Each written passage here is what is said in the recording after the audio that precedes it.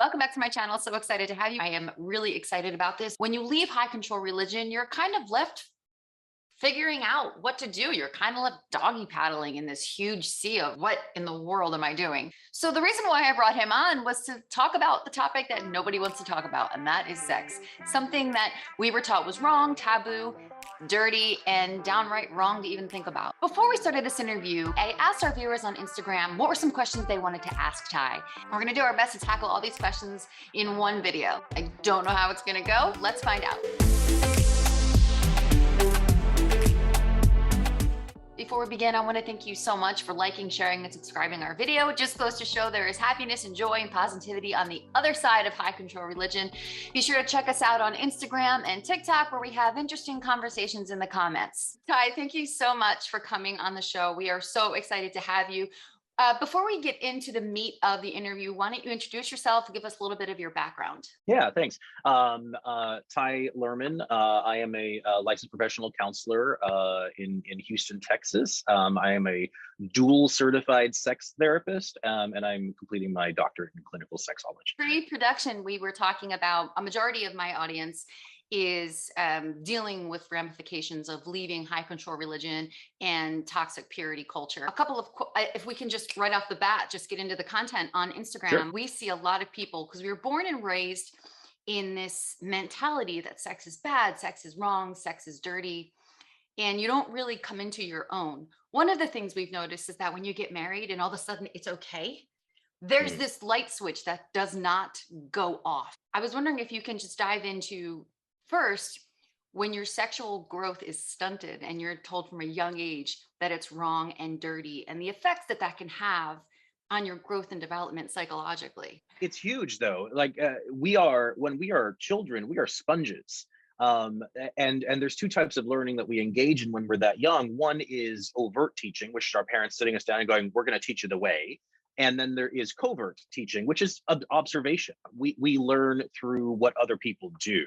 And so both through overt and covert learning, we are sponges, and we take in all this information. And not only do we take in what is presented to us, but we also take in what is not presented to us. And sometimes the absence of information is also very informative to us. So if we're just not talking about sex at all, we're just ignoring it. And that is very formative as well.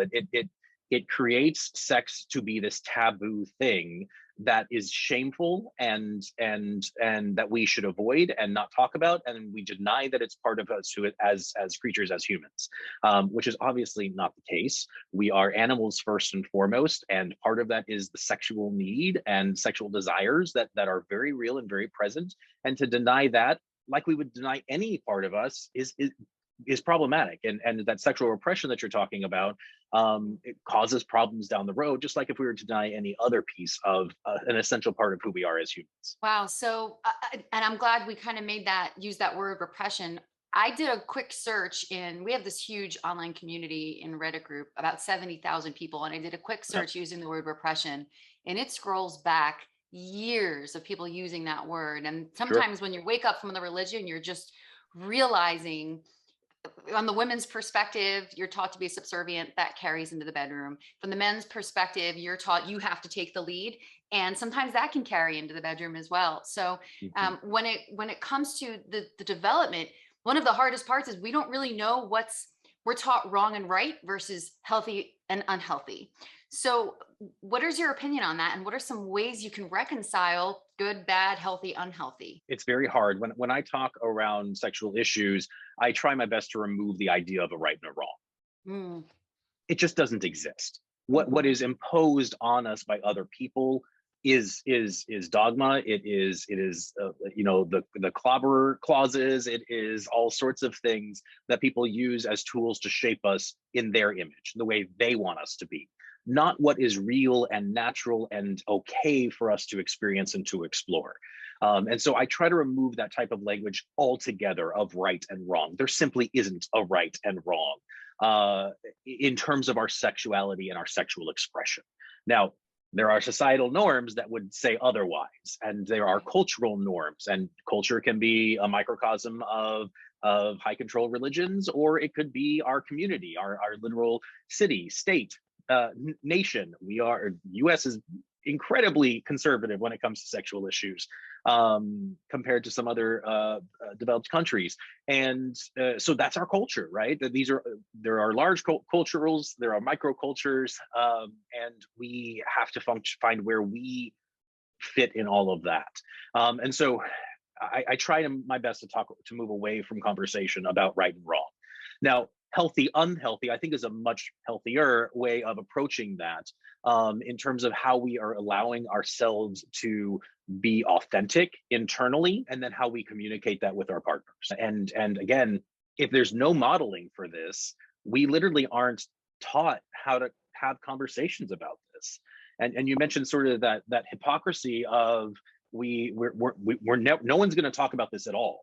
There's a complete void of information and teaching about this, of what's healthy, what's not healthy. And what is taught to us is always shame-based. It is always about judging who we are, not just a behavior, not saying, oh, you did this thing and that was not a good thing and you shouldn't do that again, but you are a bad person because you did this, right? It's not guilt-based, it's shame-based. There's a difference between identifying and rectifying a behavior and identifying and rectifying a problem with you as a human. There is a big difference psychologically. Brene Brown is the leading person in the psychological world, talking about shame and resilience. And this is a big distinction that she talks about, is separating out guilt from shame. I'll take shame with a client any day when we're talking about stuff and we're processing it. Guilt is a motivator. We can do better. We can change the behavior. But the second it crosses over into us judging ourselves and our character, there's no way out from that. Like, even if we change the behavior, I'm still this label. I'm still this human. There's no ability to grow from it or to do different. And so the shame-based model in anything, it doesn't matter what we're talking about, sex just happens to be fit perfectly under this umbrella, but shame in anything, the difference of saying sometimes I procrastinate versus I am a procrastinator. That's guilt versus shame. And saying I am a procrastinator, well, it doesn't matter if I'm more productive tomorrow, I'm still a procrastinator. Like, I own that label now. And it's very, very hard to detach from that. So when you're taught this from a young age, and I'm just going to pull up Instagram right now, most of the people are looking to recover from this. So you wake up from a cult. I'm in my 40s. I've raised 2 kids. And now I have to, they're just getting into puberty, and I have to raise them in a way that is different than I was raised, which we're all doing. But I was raised with a rule book. I had the answers before the questions. And sometimes it can be really daunting when you are reparenting your inner child and at the same time parenting other human beings. Let me just give a little disclaimer to those of you who are watching this. If these are your pressing questions, absolutely get into counseling on your own. So I just want to know, this is just an overview of your questions. And if this is personally, if you personally identify with this conversation, get with a counselor. So I just wanted to add that there. I might even go, sorry to interrupt. Yeah. I might even suggest specifically a sex therapist, because they're trained to be able to talk about this. I've been working, as I was going through my own training, I realized that there are so many therapists that have their own issues with sexuality, and so they don't bring it into the room, and they aren't comfortable talking about it. Sex therapists, they do the deep dive into this. They are desensitized to it. They are happy to talk about anything. They can talk about kink. They can talk about other stuff, open relationships, and the specifics of where you're coming from. And there are especially people coming from very small cults that have sexual components to that.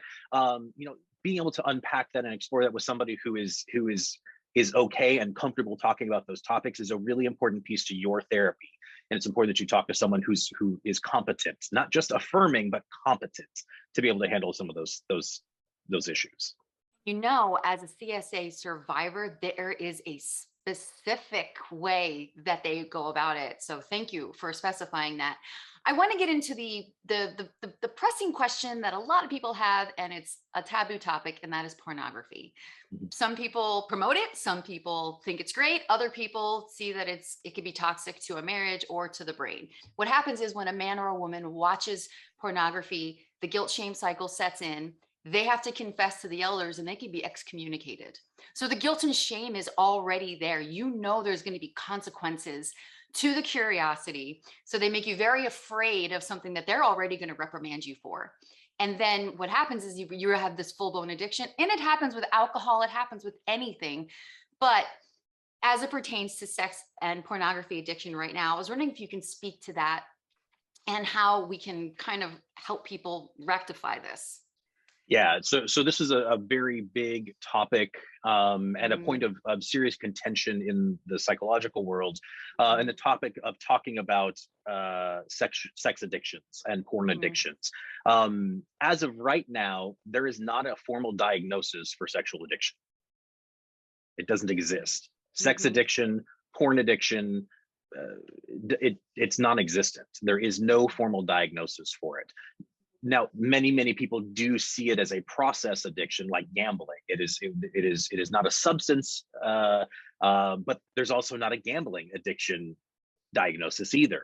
And so using that word is incredibly powerful and is incredibly divisive in the psychological worlds. And I'm not going to get into where I stand on that specifically, but I sure, think it's sure, really important that we do acknowledge that there are compulsive behaviors, and these mhm, happen because of the repression.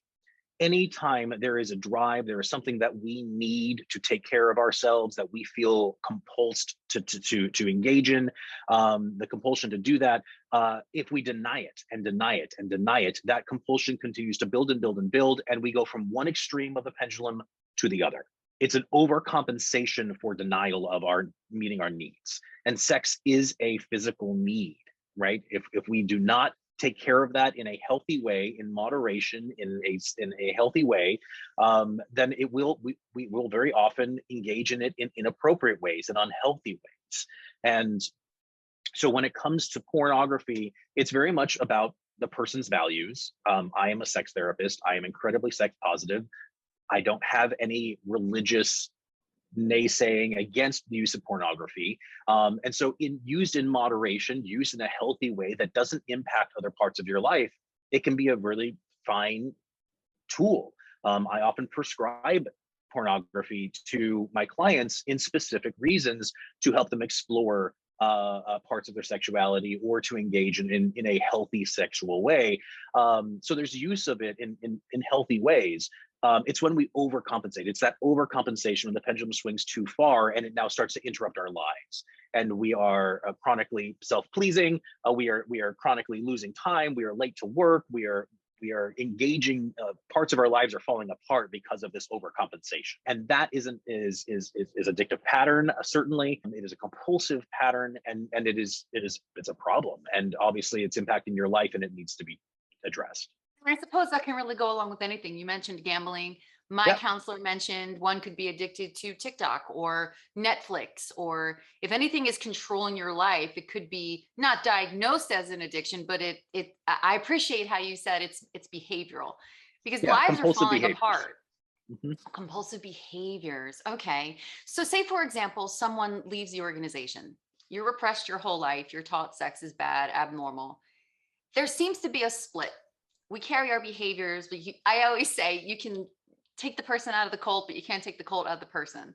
So even though you strip yourself of that doctrine, you still kind of carry on the behaviors. Some people continue their purity culture, some people are still unraveling it. And then there's the other side of people who they really do explore to the point where they have no moral compass. And Mhm. I say that probably for lack of better words, and I'm trying to not use judgmental terms here, but can you explain why that is? Why some people will maintain this, I'm good, I'm going to not do anything, almost stay abstinent. And then there's other people who are like free love and do whatever. Because it's not necessarily the fact that you can, it's whether or not you should, it's whether or not it's safe. And sometimes lack of education can cause both sets of behaviors. To find that balance is key. I think what you're talking about is people exploring their sexual identity. And that is Yes. different. We are all varied, right? Some people Mhm. are very much wired from monogamy, and some people are not wired from monogamy, and it takes time to explore that. And so oftentimes people that are raised in these really conservative religions are raised well into their adult years when when as an adolescent, they would have been exploring some of these things in another context. Other people had the opportunity to explore some of these things at 16, 17, 18, 20, 21. But if in your culture that wasn't acceptable, then you were repressed. And again, it's the pendulum. And now we're trying to explore and figure out, where exactly do I identify? Where do I lie in terms of my personal morals? Not what the Bible says, not what I've been preached at, not what I've been told, but where do I actually feel my moral compass lies? And without the guide, right, without somebody teaching me, like nurturing me to figure that out for myself, I've been told who I'm supposed to be. That may not jive well with me. That may not jive and my integrity and my authenticity. And now these people at 20, 30, 40, 50 years old are going through this thing. It's sort of like a second adolescence of trying to find and discover who we actually are. Wow. So what are some ways that people can kind of do that? I guess what I'm trying to ask is, what is a good way? You come from your moral compass being dictated. How do you come up with what is healthy and unhealthy when you don't really trust the resource that isn't the indoctrinative process? Yeah. I think borrowing the model of education is, for instance, my therapy license. I went through and I went through school, and while I was in school, we did mock therapy with not real clients, and then I actually started working with real clients. And then I actually had a temporary license, and I had a supervisor for 3,000 hours. And then I eventually was fully licensed, right? There was this idea of, and before I saw even the mock therapy, I had 2 years of schooling, 2 years of education, of teaching myself the theory, the practice, the tools. And then we went into practicum and actually started practicing the theory that I've been learning for the past 2 years. And I think if we adopt that sort of model of really diving into the education piece and being a sponge and going and actually teaching yourself, what are other forms of relationships out there? Is monogamy the right way for me? Is abstinence the right thing for me? Is sex outside of relationships, is that right or wrong for me? Is homosexuality right or wrong for me? And doing that sort of exploration academically, teaching yourself, what does the community look like? What are the options out there? And does that feel right to me? And we try on a hat. And if it doesn't fit right, then we take the hat off and we try a different hat.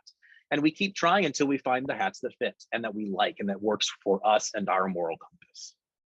Love that you said that, because there are people that I speak with who they figure these things out by exploring with their bodies. But before they do that, they haven't unleashed the guilt shame cycle. And so this is the cycle they get caught in. I want to explore, but then I feel terrible about it. I want to explore, and then I feel terrible about it. So do you think that education can be a good barrier between putting your body through something that you're otherwise going to hate yourself for? Does it prepare you? Before you answer that, I always tell people, you have to get into counseling and unravel guilt and shame before you do anything, because otherwise you're caught in this loop of intrusion of the guilt and shame. So can you speak to as that? Much as we can, because we all have blind spots, right? We all have places where we're like, I thought I did my work, and then I engaged in this relationship, and we wanted to open the relationship, and that was a whole flood of new feelings that I had that I never thought I had. Now I've got this slut shaming that's going on internally, and there's all sorts of stuff that we just don't know until we actually cross that bridge. And so it's a chronic exploration and practice of acceptance internally. Is this feel right for me? And if it is, then I need to work through whatever feelings I have about this being my truth. And again, if we've never allowed ourselves to explore that, how are we going to have the experience of that, right? It's sort of like you were saying earlier, like there's no education about it at all. But then when we get married, we're expected this light is going to flip on. And now all of a sudden we know all of this information and we're going to be the best sexual partner to our spouse. And like, with no education, how is that realistic? Of course, we're going to suck at sex. It's going to take some while to get practice and to like get good at something, just like anything else that we start up. The first few times, it's not going to be good. It's not going to go real well. But with practice and intention, again, learning, there are literal classes you can take about how to get fellatio, how to be a good lover, and that you can teach yourself, and then you start practicing. And you will get better with time. And so that juxtaposition has never really made sense to me.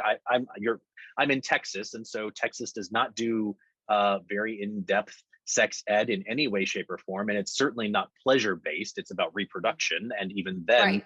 we can't talk about contraception or anything like that, or Right. abortions or anything like that. We can't even broach those subjects, much less teach somebody the pleasure base and how to please our partners and satisfy our own selves. Yes. Yes. So The other thing I've noticed is that when someone is married and they want to turn on that light switch, it's almost like, because when you're in a relationship in high control religion, there's no sex before marriage. So you're not even sure if you're sexually compatible. Is there chemistry? Maybe. But in the mind of a JW, it's like, hey, you breathe, I breathe, you blink, I blink, you have the same religion as I do, we're compatible. So then you get married. Here's the problem. So you discover you may or may not be sexually compatible, which is very vague because you don't know what sexual compatibility is. Then the marriage is kind of falling apart. What happens is the only way to break a marriage is one of the couple has to commit adultery. Again, it's sex-based, so sex is frowned upon. They'll commit adultery to get out of the marriage, or maybe not to get out of the marriage. It'll just be an inadvertent situation that happened. And then they're reprimanded again for having sex outside the marriage. So when even in a marriage, there's so much shame around exploration and guilt. One of the questions that we did get on Instagram is how to have the hard conversations with your partner, how to say, hey, listen, I know we're a little bit naive, a lot of bit naive. I have no idea about my body or about your body. What is a good resource that is kind of, I guess, gingerly tiptoeing your way into sex education for adults? I suggest couples counseling with a sex therapist because that would make the most sense. But what do you think of that? It's hard to talk about it. It is. It really Mhm. is. And again, because you're sensitized to it. We never talk about it. It's taboo to talk about this, even with our spouses, and even with people that don't come from these really conservative religious upbringings. It's still taboo, right? I was sharing before, like many therapists who are trained in talking really struggle about talking with their clients, and that's part of the reason why I went this track is because I am comfortable talking about it, and so but I was desensitized. My father was a sex therapist too, so we talked about sex at a very early age. I was sort of desensitized about talking about sex in an academic kind of way, and so it's easy for me to do it, but I fully realize that is not the norm. This is not the norm. Many people. It's one of the big four. The four things that many couples that lead towards divorce. It's sex, money, co-parenting and how we raise our kids, and then taking care of our elderly parents. Those are the four things that really divide relationships, because we aren't taught those things ahead of time. Most parents really struggle with finances themselves, and so they can't teach their kids what they don't have. So there are gaps in our education that we have to fill as adults. And so what you've asked is how do we get that information in a healthy way? The truth is there's a ton of literature out there on healthy sex and sexual practices and reclaiming your sexuality and a pleasure-based sort of approach. The Joy of Sex is a beginning of that. The book, The Joy of Sex, it's been around for many iterations, many years. And it is a sex education that is pleasure-based. And I think that's a great place to start. But there's a lot of books out there. Sorry, you mentioned kids and co-parenting, and you mentioned how you were raised with a healthy outlook of this. I speak to a lot of parents, and do you bring it up to the teenagers, to the preteens, or do you wait for them to bring it up to you? How does this education start in the home? Oh no, it has to start with the parents. The kids aren't going to do it. They're adolescents. They're not going to talk about it because you've raised them not to talk about it. Right. And they're teens. So they're the entire our society globally, it makes us very incredibly sensitive to talking about these subjects, which is why in relationships, it's one of the biggest problems, because even married couples have been together for decades won't talk about their sexual desires. In teens, I definitely encourage you initiating the conversation very early on, and again, normalizing being able to talk about sex. Now, you don't talk about your sex. You're not going to say, "Hey, your dad and I just went and had sex." Like, you're not going to do that, but you're Right. going to talk about it in an abstract way about the topic. You can talk about the topic without talking about my sex, right? There's the difference there. That's where it's appropriate or inappropriate, is if we make it about us and talk about our personal things. But if we talk about it in an abstract sort of way and hypotheticals, that's a really healthy way of just normalizing that we can talk about this. The important factor that I frequently tell people, and it doesn't matter what type of sexual exploration we're talking about, is if you're uncomfortable talking about it, you shouldn't be doing it. Mm, yep, that makes sense. You need to do the internal work first to be able to verbalize and articulate what it is that you want, what you want to explore, what you want to talk about or do. And if you can't talk about it, you need to continue to do the internal work before you go and do the thing. And it's that age that masturbation is considered shameful. I want to talk Right. about this because there is so much taboo around masturbation. When a child comes at you, it's almost like they do come and they seem embarrassed about it naturally without Mhm. it being imposed. Why does that happen? Well, it's not natural. We Mm, condition them from a very early age. I mean, think about a young child who's running around without their diaper on. mhm. We immediately go and cover them up and shame them for being naked.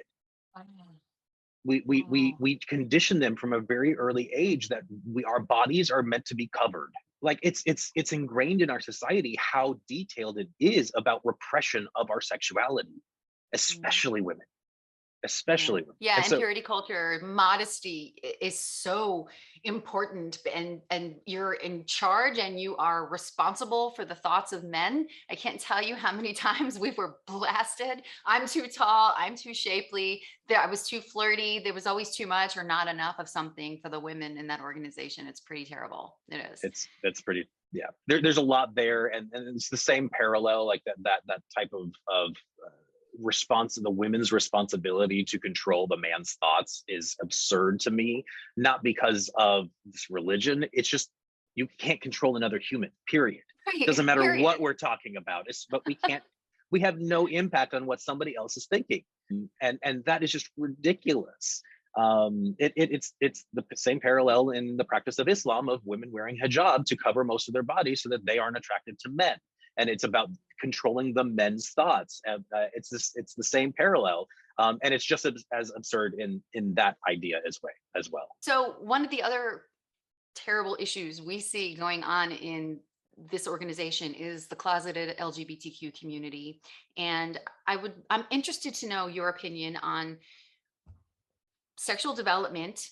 At what age do children actually start knowing that they may be part of that community, that they may or may not be gay? Because here's the thing, that term, homosexuality, and how bad it is that homosexuals will be killed, is taught to us in public forums at public talks from a very young age. So you already know you're going to be destroyed. And if you think I have someone else coming on the channel who thought, fine, I'll just be single for the rest of my life.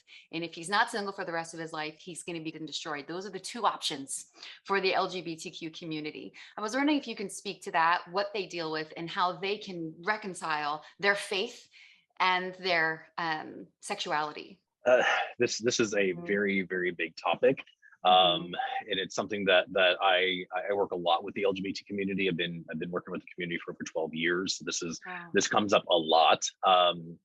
Uh, in some cases, especially with the more conservative, and when we're taught like homosexuality is not just a sin, but you will be excommunicated or killed or destroyed. Mhm. You know, zooming out for a second, there are when any of us go through the process of deciding whether we're going to disclose something or not, there is a decision making process. First is internal. How do I feel about what's going on here? Often it's shame based, and shame will prevent us from sharing with anybody else. The second factor is external.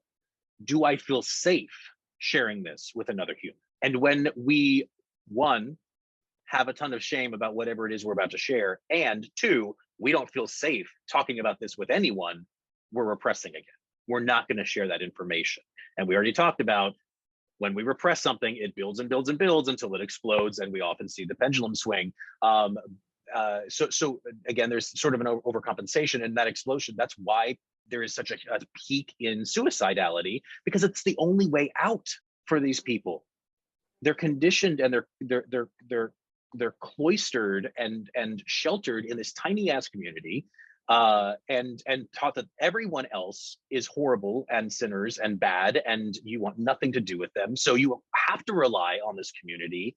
And then that we threaten that if you do anything that steps outside of what we tell you you're supposed to do, you're going to be shoved out into that community, and you will lose everything you ever know: your friends, your family, your entire community. Right? What alternative is there? Like, I totally understand how someone could get to that point where there literally doesn't seem like there's another option. Right. The truth is, there are other options. The truth is, the rest of the world is not that bad. There are bad people. That does exist. There are bad people out there. There are bad groups of people out there. That is true.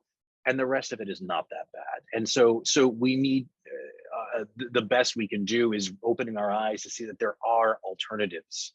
There's not always great alternatives. It's not always the best case scenario, but there are always alternatives. And it does get better when we get out of those types of situations. So as far as being closeted, and you have the options, and your options are be who you are and lose your whole social structure. Shunning is a war tactic, and that is what the Jehovah's Sure. Witnesses use. Yep. Or closet yourself for the rest of your life. These are their options.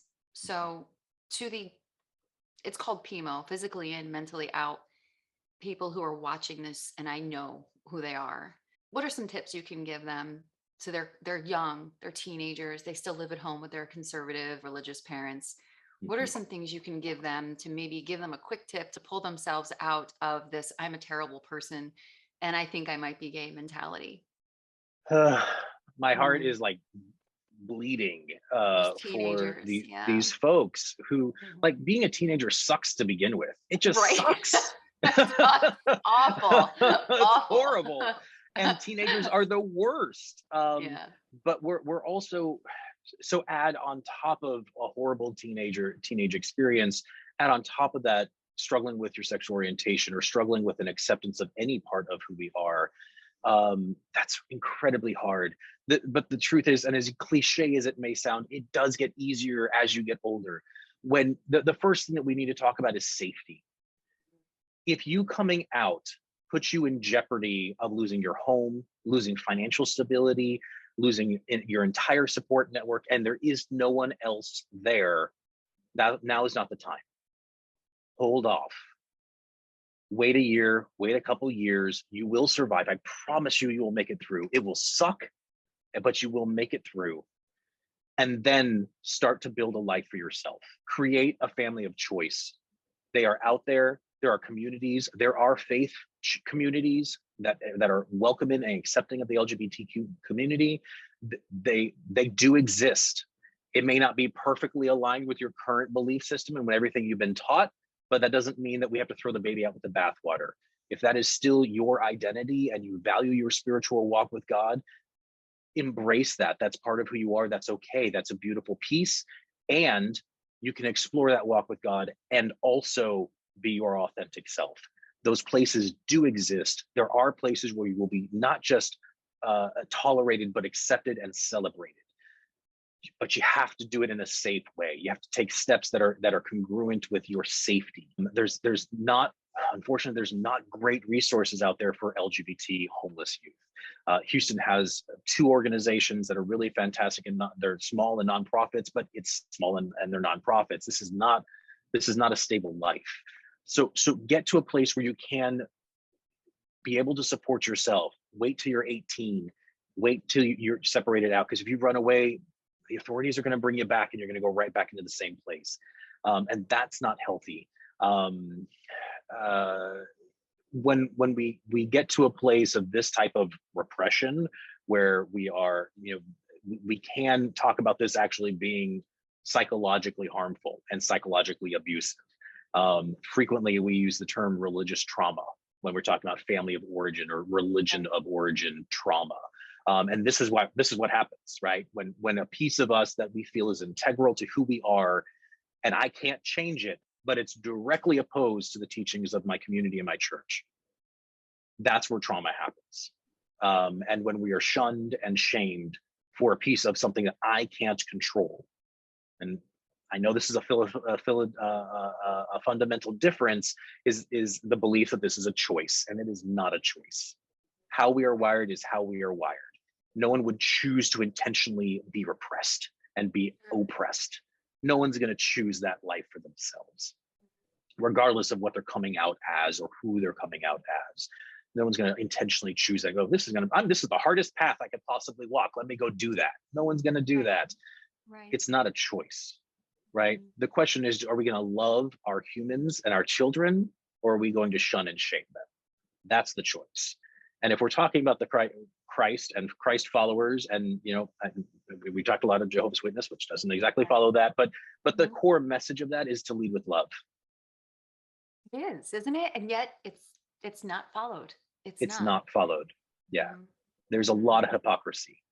There's a lot of hypocrisy in really fundamental religion, and we're missing the most important piece, is love and acceptance. I had an activist from the LGBT community. His story is fantastic on our channel. For those of you who are interested, I'll drop it in the description box.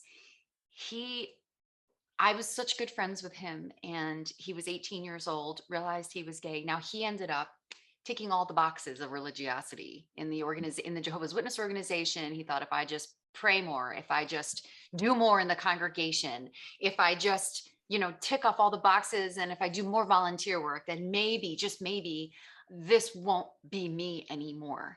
So what happened was, he did all of those things, and he still was gay. This is a story he tells. Then he fell into drug addiction. He got excommunicated.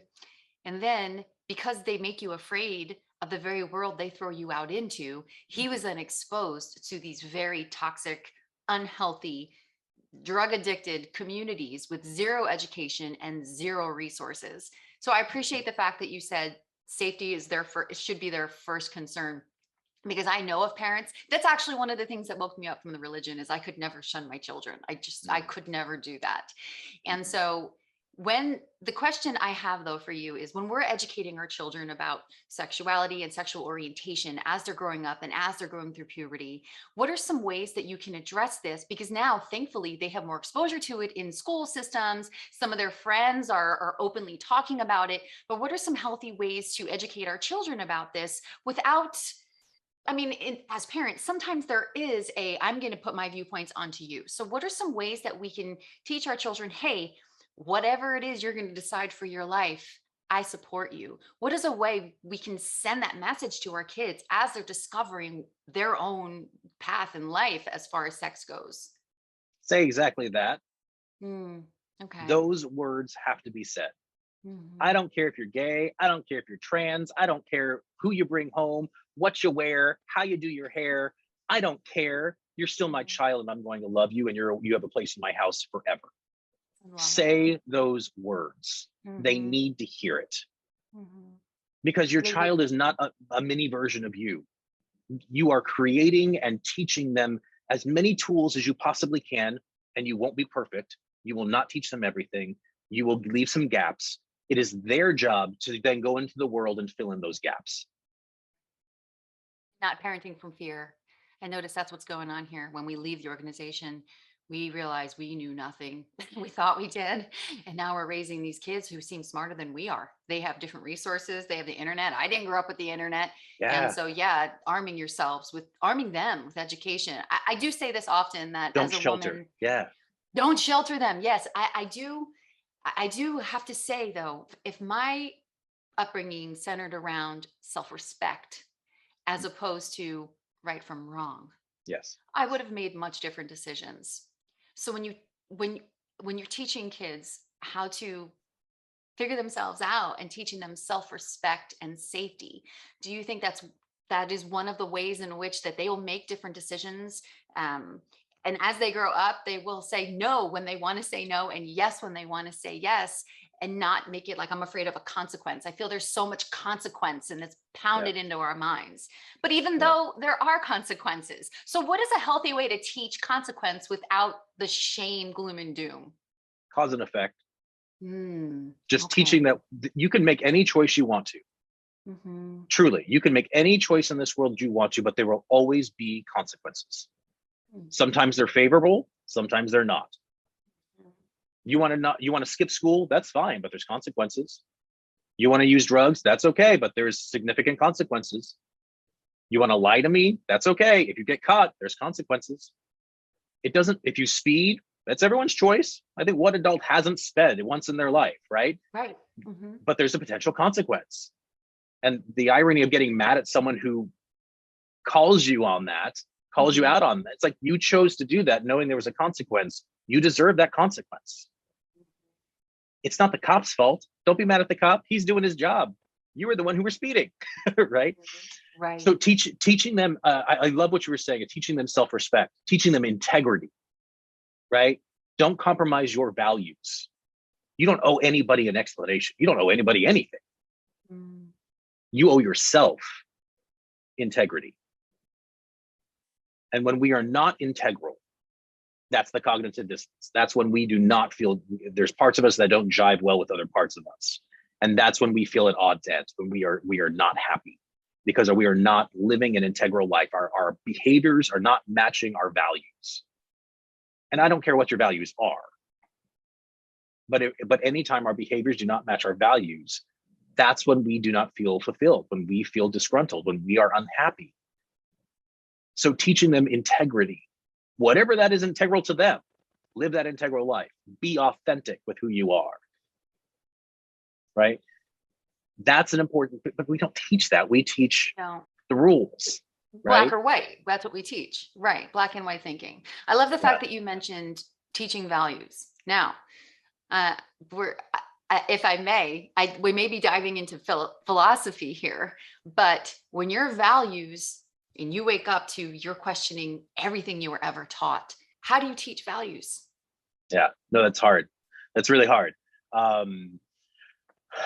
The truth is, what anytime we wake up from anything and we are realizing that what I feel internally, my integrity, is not congruent with what I've been doing. We're not throwing the baby out with the bathwater. We're not saying, "Oh, I'm leaving the church, so I don't believe in anything," or I'm walking away from God. Like that is not. That's not what we have to do. Some you do, can though. do that. Some do. Yeah, no, Yeah. I get it. Because of our trauma, there's no way we could possibly see that a God would have put these things or do these things. That's not God. Those are people using God as an excuse for what they believe is right or what they think, right? Think about the Crusades. Done in God's name. Do we think that was very Christian? Not so much. Right? Not at all. Not so much. Witch trials, same sort of thing, right? How many innocent humans were killed in the name of Christ? Right. That wasn't Christ. That was not God. Those were humans doing what they thought was right. We have to all decide what's right for ourselves. Sometimes that's going to be congruent with our community, and sometimes it's not. But we're the only ones that live with ourselves for the rest of our lives, and we are the only ones that have to answer to a higher being, if there is one. Right? That's it. That's our life. We cannot dictate to other humans what is right and wrong for them and their life and what's integral for them. I think that's the crux of so much of the discourse in our society is we moved away from an acceptance of, like, we came here to this country as misfits. We didn't fit in, and we were tired of being persecuted for our beliefs. And everyone had different beliefs. And so we came here with a place of go do your own thing. Freedom was what this country was founded on, the freedom to live our own lives. We somewhere along the line, we lost track of that. And now we project on. My beliefs must be your beliefs, or you are wrong and you must be persecuted. Right. We lost the ability to hold space that other people are allowed to live their damn lives. We've lost that. Yeah. Something you said is interesting when you mentioned when your behavior is not in line with your values. And when that happens, so say, for example, I do something or I behave in a certain way that goes against my values. How do you prevent guilt from overtaking? Because it sounds like maybe I'm not giving it the right word, but if I do Mhm. something that is not congruent with my values and I feel guilty about it, Mhm. what is one way or many ways to not let that guilt overtake the fact that you did something that's against your values? And it could be while you're still, as adults, trying to figure out what your values even are. Yeah. I think that is part of the exploration of Mm, knowing what my integrity is, what is integral to whom I am, what are my values, and it's right. listening to that guilt. And I think you delineate. You actually answered your own question. It's guilt. It's not shame.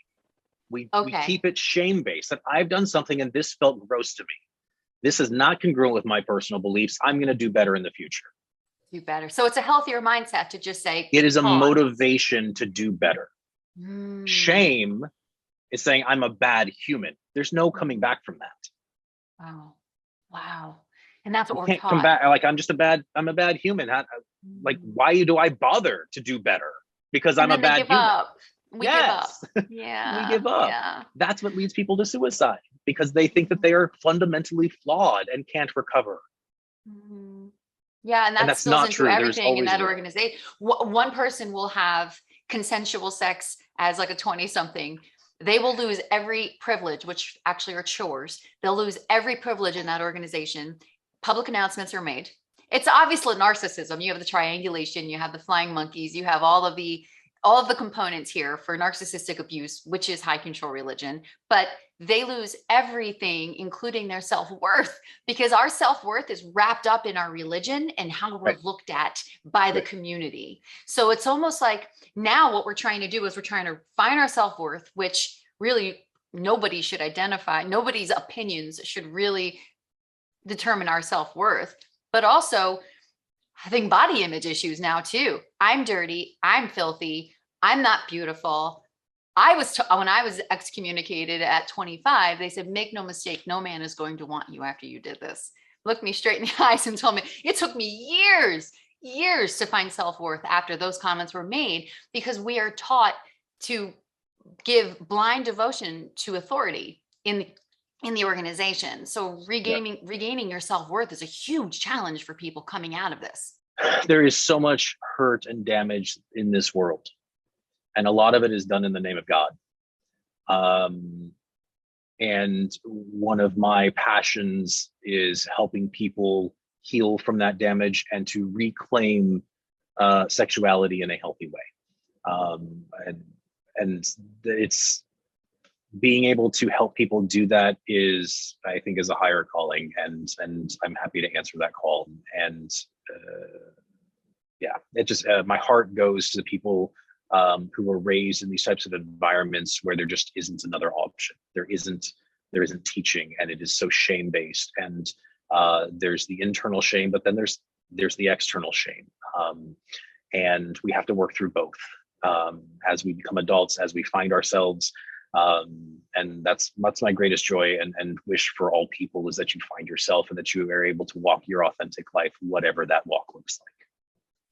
Wow. And there is shame. I'll say I, there is shame in being a certain age, for example, and you think you'd be so much further along. Mm-hmm. If somebody at a certain age feels they need basic sexual education, Mm-hmm. is that something you would see a counselor for? Because the other thing I want to also express to you is that we were not allowed to Google much. We were not allowed to read a lot of Of books, course, especially women, Lord Bible forbid you educate only. yourself that there's another way of living. That's For bad. me to Google something, it was like, oh my God, like, I don't know if this is a reputable source. So for basic education, I know my mindset, I had been in sex counseling for years. And for basic education, it's like, listen, I just have this simple question to ask about sex. And you feel kind of dumb, especially when now I fully admit, and I know you who are watching, I know you're going through this too. So I'm going to be totally open with myself here. When I left the organization and I found this group of women, I found a new community of friends, the things they were talking about, I was like, what are you talking about? They were just very open with sex with their husbands. And I'm just like, okay, I have no idea. And I'm not going to Google it, but I'm just going to smile and pretend I know what I'm talking about just to be accepted. So when someone feels the way that I'm describing, like I just have basic questions, does that require counseling if they're more comfortable speaking with a professional as opposed to Googling? They may not necessarily need therapy. They just have questions. There's not a wrong answer to educate yourself. Okay. Go buy a book, go find a forum, find one of those ask the sex therapist kind of forums or Instas or whatever it might be. And ask your questions. If you need help processing individual stuff and it's more than just a simple question, then yeah, it's absolutely appropriate to plug in and find a therapist. And again, if it's specific to sex, I would definitely encourage you to find a sex specialist, find someone who's specialized in it, not just affirming. Every therapist is going to say, yeah, I can talk about sex, but then they never talk about sex. Right. So find someone who's not just affirming, but is competent, who has the licensure, who has the credentials to actually address the topic that you're looking for. Not just sex, but now we have sex after leaving high control religion. It's like a whole other thing. It's very specific. And again, I don't have specific knowledge in that. I have experience in working with clients, but I haven't done a ton of research into it. So I wouldn't say that I'm competent to do that hyper focused type of work. Right. But there are certainly people who are and have done that. If we're talking about sex, I'm fully competent to talk about sex, but not always in the different contexts that it's coming in. So again, it's a lot of research and find the right person that works for you. I do have one more question though. And I mentioned in our email that one thing that Jehovah's Witnesses are increasingly becoming more known for is the amount of hidden child sex abuse predators that are being hidden within the organization. Now, the reason why I bring this up is because all XJWs know about it. Is the very knowledge of it happening under your nose through your whole life, that in and of itself feels like a trauma. Like I knew about this or I was in an organization my whole life thinking I had the truth. And then I find out these very elders who were taking the lead in love were harboring predators. Even though it didn't happen to someone personally, it still feels like a trauma. It is. It absolutely is. This thing that you were raised with, saying that this is law, this is the only way to exist, and now they're flawed. Now they are creating harm to these children and not protecting children, and there's no ramifications, and that they're harboring sexual predators. Like, how could you not call into question the entire thing? Right. The Catholic Church is going through the exact same process right now. They are. And so the members tend to feel like they too are victims if they don't get to that point of feeling like survivors. I speak to people every day who said, listen, I feel like it did happen to me, even though I'm not one of the victims. So vicarious trauma is a very real thing. Is it? What's it called again? Vicarious trauma. It's being exposed to trauma, even though it wasn't directly at us. So if mom is a verbally abusive to dad, and she screams and yells all the time, never towards the kids, but always to dad, but the kids are raised in that environment, that's vicarious trauma. It's not geared specifically to them, but they're exposed to it. And the ramifications down the road are almost identical as if the trauma were happening to them directly. All of us are going through currently, those of us who leave. That's what I was saying. Like, no one gets out of childhood unscathed. No one does. No one does. The only question is how many scars and how deep do they go? And that's our work as adults, is to look to shine the light into the recesses of the dark corners and to be honest with ourselves about where are the gaps in our education? Where is my trauma?